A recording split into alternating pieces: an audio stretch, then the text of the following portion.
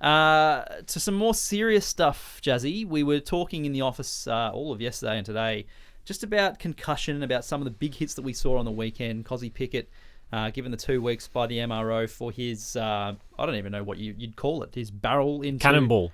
Yeah, the cannonball, the torpedo into Bailey Smith. Shane McAdam against the Giants into Jacob Ware. A bit of a front-on contact, and Ware had to be taken off to get the HIA done, so to see if he had concussion. Buddy was given a week for his hit on Sam Collins. Bit of a precarious subject, especially given the context of the last week that we've had in footy, and how there's now going to be legal action launched against the AFL by ex-players, and how they're kind of saying the AFL didn't do enough to protect against concussion. And then you have these incidents, days after one another, in which players are, I would argue, recklessly going into contests, in some cases in terms of the Kozzy Pickett one after the contest, and having a potential to cause pretty serious injury. And I think this is a really important week for the AFL to kind of understand where the future needs to go and how we judge these incidents, because 2 weeks for Kozzy Pickett seems a little bit light after what we've learned in the last week. It doesn't seem light, it is light. And I can't believe we're still having this conversation about the inconsistency of the MRO and the sanctions that are handed down to players that are savagely attacking opposition players head high and potentially causing concussions or worse. So I look at the Kozzy Pickett incident and I see him launching himself into the air, into the head region of Bailey Smith. And the only reason why he got 2 weeks is because they've elevated it from low impact. Because Smith got up from the contest and he played the rest of the game. Yeah. To high impact, 2 weeks. Fair. I like the fact that they did that. Yes. So they're, when you look at the AFL's table of offences, they're allowed to use potential to cause injury to elevate the level of impact. But they don't do that for the conduct, which is either intentional or careless. And these were graded as careless. Careless they're football acts. They're not football acts. Well, in terms of what you were used to and the prior incidents that we use as context, they are deemed to be, technically, it's a bump. A football act. Which is what I'm saying.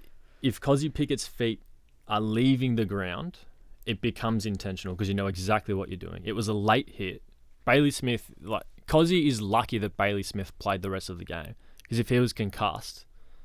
Well, he'd be sent straight to the tribunal. Absolutely. We have colleagues in Sydney who cover rugby league and rugby quite extensively, and they were shocked and appalled that it wasn't given at least 6 weeks at a minimum. They were calling for 2 months. And this is coming from reporters and journalists of codes that we probably down south, in particular in Melbourne, or across the football states, probably think is a more, like, in terms of the actual clashes that happen within games, I'd say that rugby and rugby league, they are cannoning into each other a lot more. So to kind of hear that from the guys up in Sydney kind of shocked me. And again, like I said off the top, throw in the context of the fact that we are having these discussions where Gary Ablett's saying that he's had concussion issues throughout his years, senior.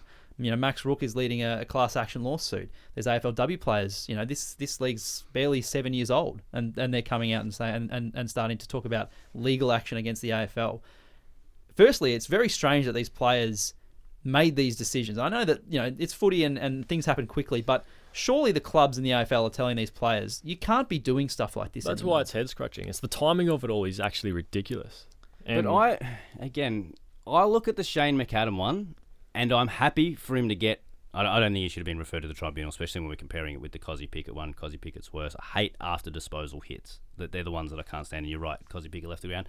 Don't think McAdam left the ground. Jacob Ware's in possession of the ball. I still feel like what McAdam tried to do is a footy act. You're allowed to bump blokes. You're allowed to take him. You're allowed to bump him in the chest and knock the wind out of him. He just got him high. That's when you... And I'm happy. Players have to pay the price if you do to get high.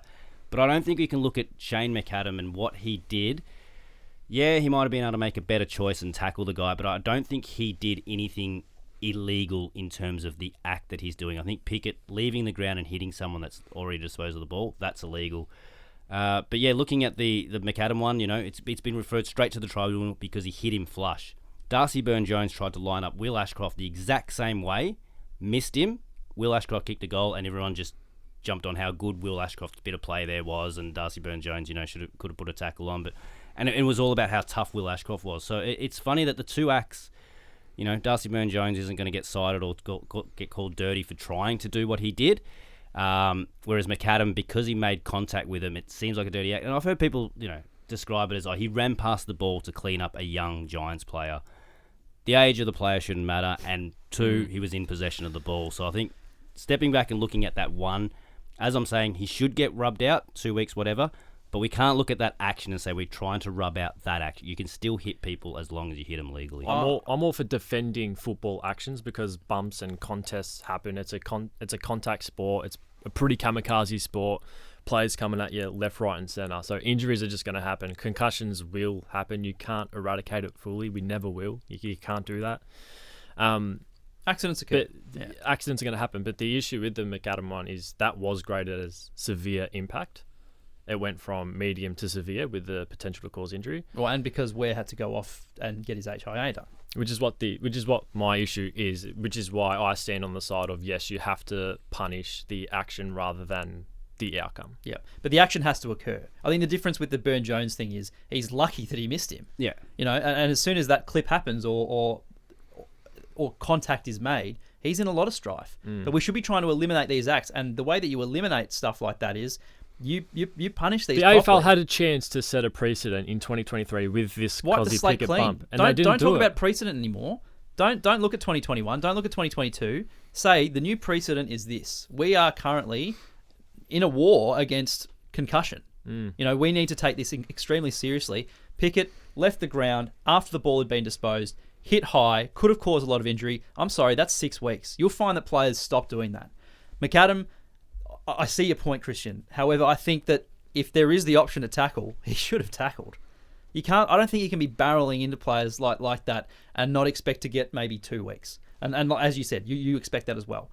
But I just think that these are the kind of actions where we can avoid these, and the game is not going to be any worse off for it. For as long as we continue to punish the outcome over the action, the AFL is waiting for a tragic incident to occur on field before they say, oh, hang on, you know what? Yeah, we should punish them harsher.